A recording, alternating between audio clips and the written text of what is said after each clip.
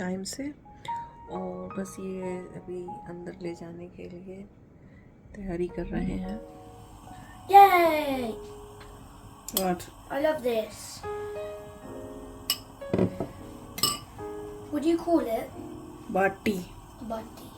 You love this. मैंने तो गेहूं के आटे का बनाया है। आप अगर बनाना चाहें इस तरीके से तो रागी के आटे का भी बना सकते हैं। रागी फ्लावर जो आता है उसका भी बना सकते हैं, वो ग्लूटेन फ्री होता है। बस यही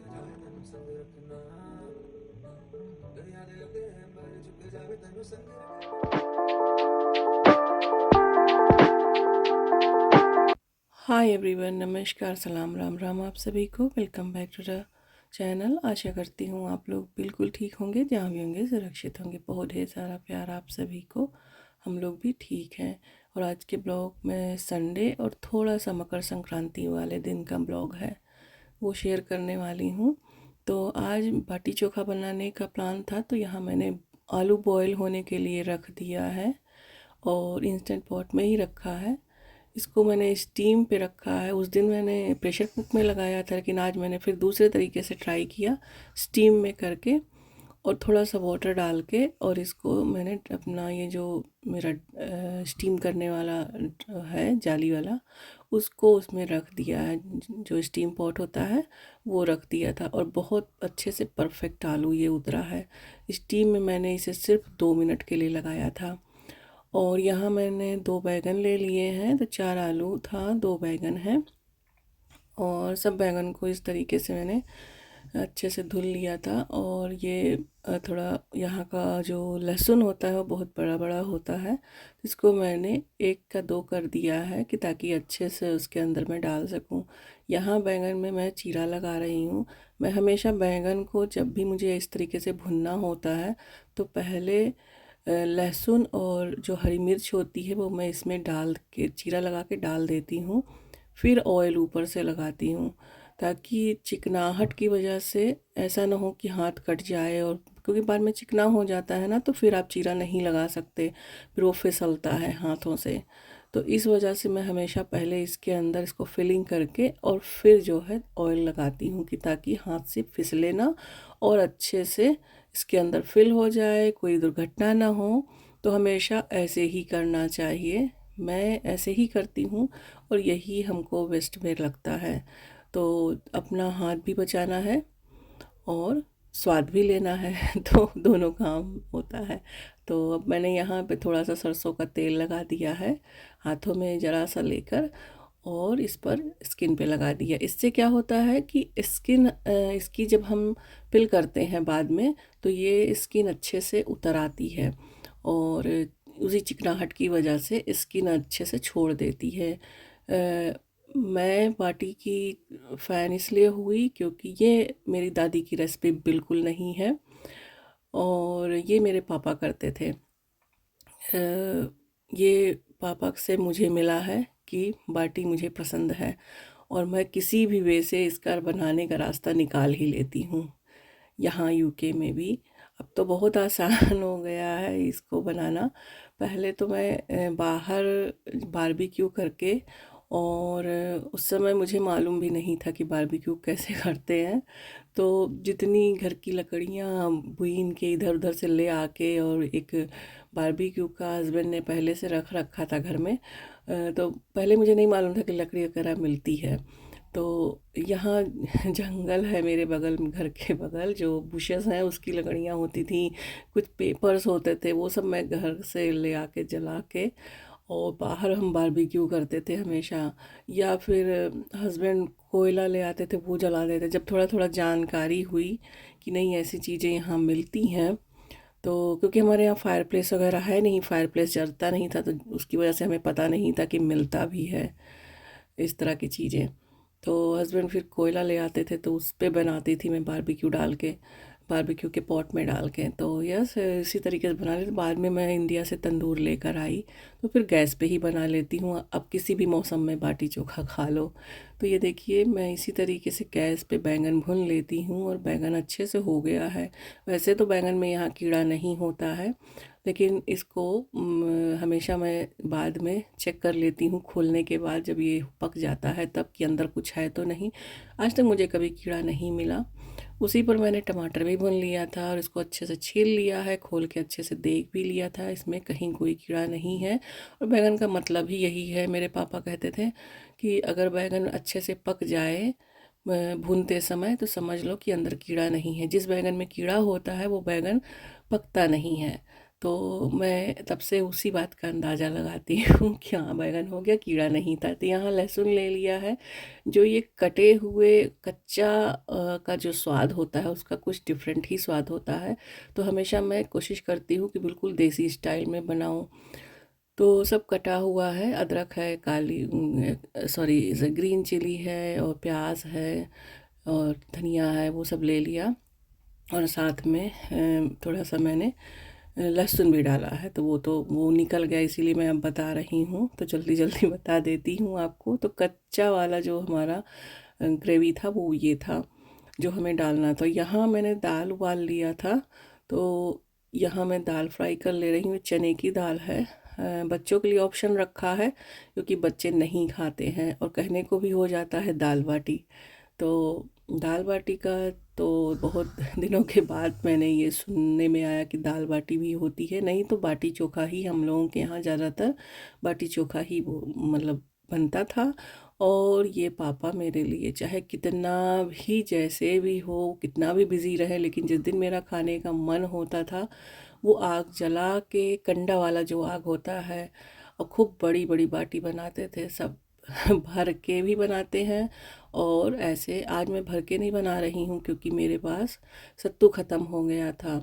तो आज मैं सादा ही बना रही हूँ, और मेरे बच्चों को भी यहाँ बहुत पसंद है। तो ये मेरे अंदर उन्हीं से आया है। मेरी दादी ये सब काम नहीं करती थी, और ना कहती थी कि झंझट है ये कंडा वगैरह चलाना बाहर में। और फिर बंदर, सबसे बड़ा बंदर होता था हमारे अयोध्या में, बंदर बहुत है, तो बंदरों की रक्षा करना।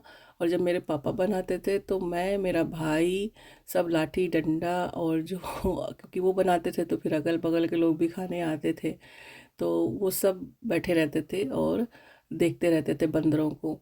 तब पापा मेरे बनाते थे, छत पे बनाते थे, तब एक एक चीज़ मैं खुद ले जा कर देती थी। पापा सब कहानी किस्सा सुनाते थे, बहुत पहले की बात है जब पापा सिर्फ मेरे पापा थे, तब ऐसा होता था।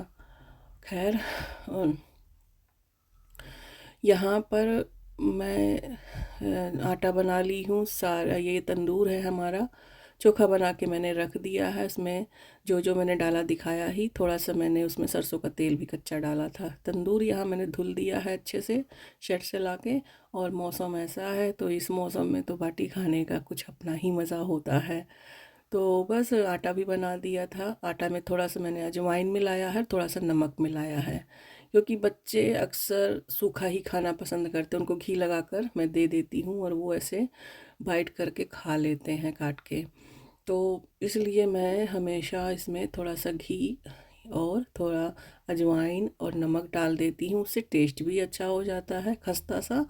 और बच्चों के लिए भी ऑप्शन होता है, अगर वो चोखा भी नहीं खाए, दाल भी नहीं खाए, तो उनके लिए हो जाता है कि वो एक काट काट के अच्छे से खा लें। और बस यहाँ छोटी छोटी, क्या मतलब एक एक रोटी के से ज़रा सा मैंने बड़ा साइज़ लिया है। और सबको यहाँ 2 बैच में मैंने बाटी बनाई थी, और एक बैच में ही सबका पेट भर गया था क्योंकि इतनी बड़ी होती है। तो 2-3 बाटी मतलब मैं आराम से 3-4 खा सकती हूँ इसको। मैं तली हुई बाटी नहीं मुझे पसंद है, तो तली हुई मैं नहीं खाती ज़्यादा, मुझे वो पसंद ही नहीं। वो मुझे चाय के साथ बासी पसंद है, दूसरे दिन उसको रखा हो और बासी मैं खा सकती हूँ। जो प्याज वगैरह सब मसाला भर के जो बनता है तल के, वो तो मुझे बासी अच्छा लगता है। लेकिन इस बाटी को मैं आराम से 4 से 5 बाटी मैं खा सकती हूँ, लेकिन अब कैपेसिटी उतना नहीं है।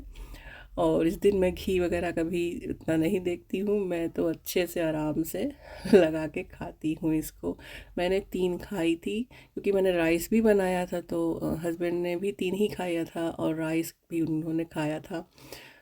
तो तंदूर हमारा गरम हो गया है, और पहले इस तरीके से जाल पे रख के इसको सेंक लेंगे पहले एक तरफ से अच्छे से, और इसको ढक के मैं पहले पका लूँगी। उसके बाद इसको भुनने के लिए अंदर से जो खस्तापन आता है, वो खस्तापन करने के लिए इसको तंदूर के अंदर मैं पलट दूँगी। तो आप देखते जाइए कैसे बनाती हूँ। और ये एक बार इसको बनाने के बाद थोड़ी देर ढक देते हैं। और ये तंदूर मैं इंडिया से लेकर आई थी, आज के करीब आई थिंक 10 साल हो गए होंगे। तब से बाटी मैं इसी में बनाती हूँ। बस एक तरफ ये देखिए हो गया है, इसको फिर से मैंने पलट के देखा तो एक तरफ ये पकने लग गया है, टाइट होने लग गया है। और बाटी में जब ऐसे क्रैक जैसा होता है ना, तो फिर लगता है कि बाटी अब होने के कगार पे है। और उसी टाइम पर हम इसको मतलब फुल जो आँच होता है उससे हटा के और राख में दबाते हैं कि ताकि ये अच्छे से अंदर से पक जाए, खस्ता हो जाए।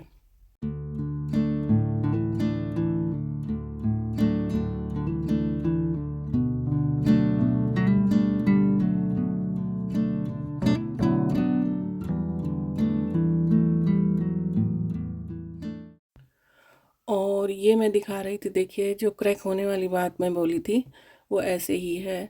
क्रैक इसी तरीके से होता है, बाटियों में क्रैक आ चुका है। और बस अब इसको मैं यहाँ से नीचे वाले सेक्शन में ट्रांसफ़र कर दूँगी और ऊपर इसके दूसरा बैच मैं बिछा दूँगी। मैं हमेशा थोड़ा ज़्यादा ही बनाती हूँ क्योंकि अच्छा लगता है। दूसरे दिन इसको फ्राई करके भी खा सकते हैं, बट हम लोग ऐसे ही खा लेते हैं चाय के साथ, क्योंकि नमकीन होता है ना ये, तो नमकीन नमकीन चाय के साथ अच्छा लगता है। और खस्तापन भी रहता है, घी डालने की वजह से खस्ता हो जाता है। इसे फ्राई वगैरह करने की कोई ज़रूरत नहीं होती, इसलिए मैं ज़्यादा ही बना लेती हूँ कि चाय से भी ये हमारा काम चल जाता है। और जब इसमें स्टफिंग होती है तब तो फिर चाय के साथ मज़ा ही आ जाता है। और बस ये मैंने नीचे उसको पलट दिया है। आँच बहुत ही स्लो है अंदर, नहीं तो वो जल जाएगा। उसके बाद ये देखिए बिल्कुल से हमारी बाटी ये अच्छे से हो चुकी है। आप इसका आवाज़ सुन लीजिए।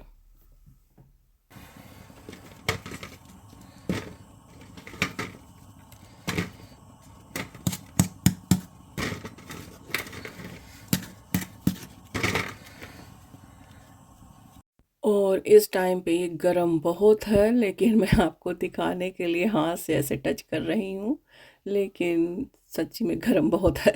तो संभाल कर हाथ लगाइएगा, हम लोगों को तो आदत है। अगर कोई नए हो किचन में तो संभाल के, अगर इस तरीके से बना रहे, मैंने कई बार आपके साथ ये रेसिपी शेयर करी है, भरी हुई भी, सादी भी। मैं जब से चैनल पर आई हूँ तब से कई बार मैं बना चुकी हूँ बाटी चोखा। तो ये देखिए ये था हमारा आज का लंच, और काफ़ी हैवी हो गया था वैसे तो। और लंच डिनर दोनों ही हो गया था। वैसे संडे को बाटी नहीं बनाते हैं, संडे को और ट्यूसडे को नहीं बनाते हैं, बट अभी क्या करें, फैमिली टाइम और बच्चों के साथ टाइम संडे को ही मिलता है, तो मैं बना लेती हूँ। पहले नहीं बनाती थी बट अब बना लेती हूँ कि जब टाइम ही नहीं मिलता, हम हमेशा बाहर ही रहते हैं, जॉब पे रहते हैं, तो कभी कभी इच्छा को भी नहीं मारना चाहिए। तो इच्छा हो रही थी, सब कुछ व्यवस्था था तो बना लिया। और ये थी आज की हमारी थाली। उसके बाद फिर हमने मूवी देखी, और ये मूवी हमने ये तीसरी बार देख रहे होंगे जब से नेटफ्लिक्स पे आई है। ये जिगरा है करके नाम से आई है, और आलिया भट्ट की है, और बहुत पसंद आती है मुझे। जब भी मैं देखती हूँ रोना आ जाता है। मैं भी मेरे भाई के लिए बस ये ऐसे ही थी कि कुछ भी कर जाना, बस उसे बचा नहीं पाई ऐन मौके पे। हो सकता है उस वक्त उसको मेरी सबसे ज़्यादा ज़रूरत रही हो और मैं घर पे नहीं थी। उस वक्त क्या हुआ मुझे खुद भी आज तक नहीं पता चला। और उसके बाद फिर अब मैं आपसे मिल रही हूँ शाम को। आज यहाँ गोंद का लड्डू बना रही थी, तो वही मैं सारा दिखा रही थी कि मैंने व्यवस्था करके पहले अपने सामने सब रख लिया, जिन जिन चीज़ों की मुझे ज़रूरत है। तो मैंने ये घी लिया है, इसमें सबसे पहले मैं गोंद भूनूंगी, क्योंकि मेन रेसिपी हमारी गोंद ही है। और गोंद को बहुत ज़्यादा तेज़ आंच पे या बहुत गर्म घी में नहीं भूनना होता है, नहीं तो फिर इसमें कड़वापन आ जाता है और जल भी जाता है, और अंदर से जब हम खाते हैं ना तो वो फिर दांत में चिपकता है। तो इसलिए बहुत ही स्लो आंच पर इसको भुनना है। तो गोंद भुन गया है, और उसके बाद फिर मैंने इसमें काजू नट भुना है, कैजूस को भी हमने इसी तरीके से हल्के से केवल रोस्ट किया है। ये सारी चीज़ों को इसीलिए रोस्ट कर लेते हैं कि ताकि इसकी शेल्फ लाइफ बढ़ जाए, और जब शेल्फ लाइफ बढ़ जाती है आप इसको काफ़ी दिन तक स्टोर करके खा सकते हैं। हालांकि हमारे यहाँ जब मीठा बनता है तो वैसे तो कोई नहीं खाएगा, लेकिन जब बनेगा तो बस हफ्ते में ही ख़त्म हो जाता है। और ये सब चीज़ें हैं जो पसंद आती हैं हमारे यहाँ सबको। और ये मैं कटोरी दिखा रही थी, मैंने इसी बॉल से लिया था गोंद। एक कटोरी मैंने गोंद लिया था और उसका हाफ कटोरी मैंने यहाँ पे बादाम लिया है। बादाम वगैरह ऑप्शनल है, चाहे तो डालें चाहे ना डालें, आपकी मर्ज़ी। मैं डालती हूँ क्योंकि यही सब एक ज़रिया होता है बच्चों को खिलाने का। और इन सबको ये सब पीसूँगी, तो जो पीसना है मुझको वो मैंने अलग भुना है, और जो मुझे ऐसे ही साबुत डालने हैं वो मैंने अलग रखा है। तो जैसे चिरौंजी हो गया, पता नहीं आप में से कितने लोग जानते हैं चिरौंजी इंग्लिश में क्या बोलते हैं, आई थिंक चिरौंजी ही बोलते हैं। और खसखस हो गया, नारियल का बुरादा या नारियल जो डेसिकेटेड कोकोनट जो होता है, मेरे पास वही था तो मैंने वही यूज़ किया। अगर इसमें आप फ्रेश नारियल लें तो बहुत अच्छा होता है उसका टेस्ट, लेकिन मेरे पास वो फ्रेश वाला नहीं था। और फिर यहाँ जो खसखस है मैंने वो भी भून के अलग, ये सब मुझे पीसना नहीं है। किशमिश है, ये सब मुझे पीसना नहीं है, ये सब अलग ऐसे जाएगा, तो साबुत ही जाएंगे मतलब। तो उसके बाद सबसे लास्ट में मैंने मखाना लिया है, और मखाना मतलब जैसे डालो ना तो सारा घी सोख लेता है, इस वजह से मखाना सबसे पहले नहीं भुना जाता। जब आप सब ड्राई फ्रूट भून लें तब मखाना भुने। और ये मखाना और गोंद बिल्कुल एक जैसा ही हो जाता है कि आप ऐसे दबाएंगे ना तो ये बिल्कुल हाथ से चूरा चूरा हो जाएगा। इसे मुझे पीसने की ज़रूरत भी नहीं है मिक्सी में, बट मैं इसको मिक्सी जो मेरा इलेक्ट्रॉनिक वाला चॉपर है ना, मैं उसमें बस दरदरा करूँगी इसको, उस जल्दी होने के नाते उसी में डाल दिया। और ये इधर अलग रखा है, ये सब साबुत जाएंगे। तो जो पीसने थे वो मैंने साइड में अलग रखे हैं। फिर उसके बाद यहाँ मैंने करीब 2 कटोरी के हिसाब से मैंने, यानी 2 कप कह लीजिए, आटा लिया है। और वज़न में ये आधा किलो होगा, तो आधा किलो के हिसाब से मैंने आटा लिया है। अपनी फैमिली के हिसाब से आप ले सकते हैं, जिस जिस तरीके से आपको बनाना हो, कम बनाना हो आप कम लें, ज़्यादा बनाना हो ज़्यादा लें, आपके ऊपर है। हमारे जो है आधा किलो आटा कोई बहुत ज़्यादा नहीं है, अच्छा खासा एक मतलब लड्डू यहाँ पे एक थाल बन जा ही जाता है। और मेन इंग्रेडिएंट्स आटा और गोंद यही होता है, तो ये मैंने बराबर बराबर ही लिया है। तो आटा अच्छे से भुन गया है, ये देखिए। जो भी मैंने इसमें घी छोड़ा था, यानी कि 2 टेबल स्पून के करीब मैंने घी लिया था, वो सब अच्छे से यहाँ पे मिल गया है। और आटा भी हमारा खूब अच्छे से खुशबू आने लगी है इस पर। आटा मैंने उधर ठंडा होने के लिए छोड़ दिया है भुन के। अब इस सारे इंग्रेडिएंट्स को, जो मेरे ड्राई नट हैं, वो सब मैं पीस लूँगी, पीस के। और इतना बारीक भी नहीं करना है, बट इतना करना है कि ताकि बच्चे जैसे खड़ा खड़ा तो आप डाल ही नहीं सकते, लड्डू के फॉर्म में हम बना रहे हैं, तो इसको लड्डू जैसा ही सब कुछ हमको पीस के ही लेना है। तो फिर उसके बाद मैंने यहाँ बादाम भी पीस लिया, काजू भी पीस लिया है, बहुत ज़्यादा बारीक नहीं, दरदरा दरदरा सब कुछ पीसा है। अब यहाँ मैं आधा मखाना और गोंद एक साथ पीस रही हूँ, तो आधा तो ये मैं एक साथ पीस लूँगी, और आधा मखाना मैंने बचा लिया है। क्योंकि जब आप जो लोग गोंद के लड्डू खाते होंगे वो देखते होंगे कि कहीं कहीं मखाना आपको एक का हाफ टुकड़ा मिलता है। देखने में भी अच्छा लगता है वो, और मतलब खाने में भी तो अच्छा ही लगता है। और जो दांतों के अंदर वो जब मखाना जाता है ना, तो उसका भी टेस्ट बिल्कुल अच्छा वो ऐसे ही आता है। तो मेरी दादी ये लड्डू बहुत बनाती थी, और मुझे 2 लड्डू मेरे भाई को और मुझे मिलता था। तो भाई को तो पसंद था लड्डू ये वाला, मुझे बहुत कम पसंद होता था शुरुआत में जब बना होता था। मेरी दादी तो वो जो कनस्टर होता है, जो इंडिया में अपने टीन का कनस्टर आता था भर के, उसमें लड्डू बनाती थी। और ठंडी में 2 लड्डू मेरे टिफ़िन में जाते थे। हालांकि मैं स्कूल में ले जाके बच्चों को खिला देती थी, अपने मेरे फ्रेंड्स लोगों को, लेकिन मैं जब ख़त्म होने लगता था दादी के कनस्टर में, तब वो लड्डू मुझे फिर अच्छा लगता था। तो चलिए फिर, इन सब चीज़ों के पीछे कहानी जुड़ी हुई है। खैर, आधा मखाना मैंने, ये जो मेरी कुटनी है, जो इमाम दस्ता होता है जिसमें हम अदरक वगैरह कूटते हैं, उसी से मैंने इसको कूट लिया है। एक का हाफ कर लिया है, बस इतना ही। और सभी मिक्सचर को एक साथ मिक्स कर लिया है। अब मैंने जो बाउल में रखा हुआ था वो सब मिलाया, जैसे नारियल वगैरह मिलाया है एक साथ, सब एक साथ कंबाइन कर लेंगे। शुगर अभी मैंने नहीं मिलाया क्योंकि अभी ये गर्म है, और इसकी क्वांटिटी मुझे इतनी ढीली भी नहीं करनी है, ना इतना ये सूखा ही रहे कि हम लड्डू ना बांध पाएँ। अगर सूखा लगता है तो आप इसमें थोड़ा सा घी मिला सकते हैं, बट हमें घी की ज़रूरत नहीं पड़ी थी। और शुगर को मैंने भी इसी मिक्सी में एकदम पाउडर बना लिया है। मेरे यहाँ क्या होता था, पहले मिक्सी तो होती नहीं थी, तो दादी सिलबट्टे पर पीसती थी या फिर उसका भूरा बना लेती थी, जो चाशनी बनाकर भूरा बनता है। वो भी मैं बना लेती हूँ, लेकिन अब जब मिक्सी है तब उसकी ज़रूरत ही नहीं होती है, तुरंत का तुरंत काम हो जाता है। लेकिन पहले तो ऐसे ही बनता था, भाई भूरा बना लो, उसको चाशनी से भूरा बना लो, और या तो फिर सिलबट्टे पर पीस दो। तो सिलबट्टे पर भी पीस लेती थी, वो भूरा भी बना लेती थी, जैसा उनका अपना ये रेसिपी बिल्कुल ऑथेंटिक मेरी दादी की ही है। फिर मैंने इसमें एक इलायची मिलाया है, क्योंकि मेरा हाथ मैसी हो गया इसको डाल में, इसको इसमें लगा दिया ना, तो इस वजह से। तो प्रियंका थी, आई थी, तो मैंने उससे इलायची मिलवाया। और फिर सबसे लास्ट में जो मखाना मैंने कूट के रखा हुआ था उसको मैंने मिला दिया, और हाथों से दबाती गई हूँ ताकि जो थोड़ा बहुत और खड़ा जैसा मखाना हो वो भी टूट जाए।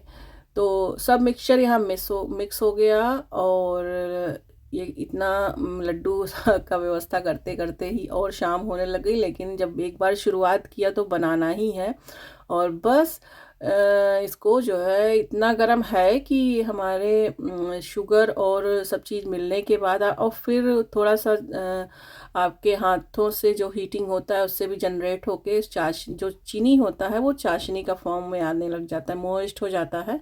लड्डू आसानी से ये बंध जाता है। इतने पर भी सूखा लगे तो थोड़ा घी मिला लीजिए, पर मुझे घी की ज़रूरत नहीं पड़ी थी। और तो प्रियंका भी है वहाँ ही बगल में, उससे बातें करते जा रही। हमने कहा कि कुछ लड्डू बड़े कुछ लड्डू छोटे, तो उसने कहा कि अच्छा, बड़े लोगों के लिए बड़े लड्डू, छोटे लोगों के लिए छोटे लड्डू। तो बस फटाफट हमने ये लड्डू बांध लिए, और लड्डू देखिए हमारा बढ़िया फर्स्ट क्लास 2 डब्बा लड्डू हमारा ये तैयार हुआ है। और एक लड्डू खा के दूध पी लो मस्त आराम से, कुछ भी अनाप शनाप खाने की ज़रूरत नहीं है। मैं तो बच्चों को टिफ़िन में भी ये दे रही हूँ। शिवांश को थोड़ा नहीं पसंद आता ये सब चीज़ें, क्योंकि वही चीज़ें हैं ना, ये लोग बहुत ज़्यादा स्मूथ चीज़ें खाना पसंद करते हैं। उसको बेसन का लड्डू पसंद है, लेकिन ये लड्डू नहीं, क्योंकि इसमें कुछ चीज़ें दरदरी टाइप की मिल जाती हैं मुंह के अंदर। तो पता नहीं मुझसे रिलेट जो लोग कर रहे होंगे वो समझ रहे होंगे मैं क्या कहना चाह रही हूँ। शायद मैं इतना एक्सप्लेन नहीं कर पा रही हूँ इस समय। और बस हमारा किचन वगैरह क्लीन हो गया। लड्डू अभी गर्म है, ये ठंडा हो जाएगा तो इसको एयर टाइट कंटेनर में रख दूंगी। इसको फ्रिज में भी रखने की कोई ज़रूरत नहीं है। फिर मैं चली गई अपना सोने, क्योंकि आज मेरा डे ऑफ होता है संडे को, तो इसीलिए फिर आराम था, रात में सोना ही था, तो मैंने लड्डू बना ही डाला। बहुत दिन से सोच रही थी। अब ये इतना सा क्लिप मैंने रिकॉर्ड किया है, थोड़ी सी वीडियो। ये मकर संक्रांति वाले दिन बच्चों का पैक लंच रेडी कर दिया है मैंने, मेरा चाय अपने हॉट कप में ले लिया है। मैं निकल रही हूँ हॉस्पिटल के लिए, बज गए हैं 7:30। हस्बैंड लेकर जा रहे हैं मुझे। मेरा आज ऑपरेशन है, आपके मतलब वही हार्ट के पास एक ऑपरेशन होना था मेरे, तो उसी का ऑपरेशन है। और हस्बैंड मुझे छोड़कर आएंगे, फिर बच्चों को स्कूल लेकर जाएंगे। तो मैं जाने से पहले अपने पीछे का जो भी काम होता है वो सब कर दी थी। बच्चे अभी उठ ही रहे थे, रेडी हो रहे थे। और सुबह की ये जो सूर्य देव की नारायण जब निकलते हैं ना, और ये जो किरणें बिखेरते हैं, ये लालिमा जो होती है, ये सुबह की जो ब्यूटी होती है, बस इसे कैप्चर करने का मन किया। और ये सारे दृश्य मुझे बहुत अच्छे लगते हैं हमेशा से, बचपन से। चांद सूर्य का अस्त होना और सूर्य का निकलना दोनों ही बहुत ही मनमोहक लगता है। थोड़ा सा पेड़ पौधे आ जा रहे हैं बीचों में जब हम हॉस्पिटल जा रहे थे तो।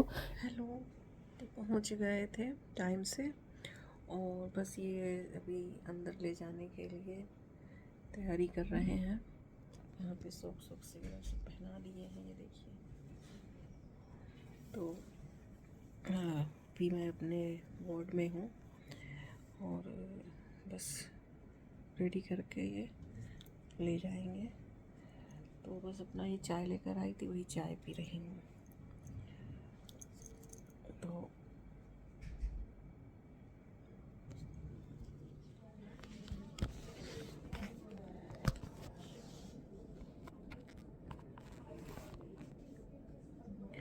हेलो, सर्जरी हो चुकी है, जस्ट बैठे हैं, थोड़ा लेट गए हैं, चेंज वगैरह कर लिया है मैंने। हाथों में मेरे कोंच के इन लोगों ने वो कर दिया। तो अब बैठे हैं यहाँ, लेटी हूँ, हस्बैंड का वेट कर रहे हैं।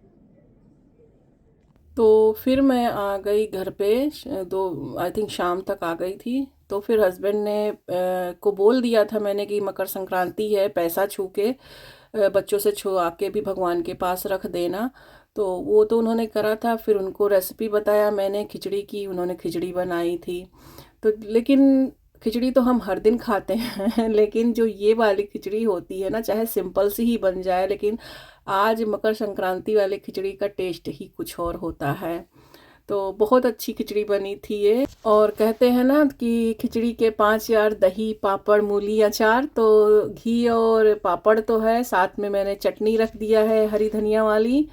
और मूली की कमी है, दही तो हम लेते ही नहीं है ठंड में, तो इस वजह से। तो खैर चलिए फिर इसी के साथ इस वीडियो के एंड पर भी आ चुके हैं। मुझे थोड़ा सा रिकवरी के लिए टाइम चाहिए, आपकी दुआएं चाहिए, प्यार चाहिए। अभी थोड़ा बहुत पेन है मेरे अभी चेस्ट में, लेकिन खैर ठीक हो जाएगा। और अब सकट वगैरह के ब्लॉग थोड़ा लेट में ही मिल पाएंगे आपको, कोशिश करूँगी, क्योंकि अभी तो मुझे 3 डेज़ तक तो शावर ही नहीं लेना है। तो चलिए फिर मिलते हैं आपसे फिर नए ब्लॉग पे। अपना बहुत ध्यान रखिए, जहाँ रहिए सुरक्षित रहिए। बाय बाय, जय श्री राम।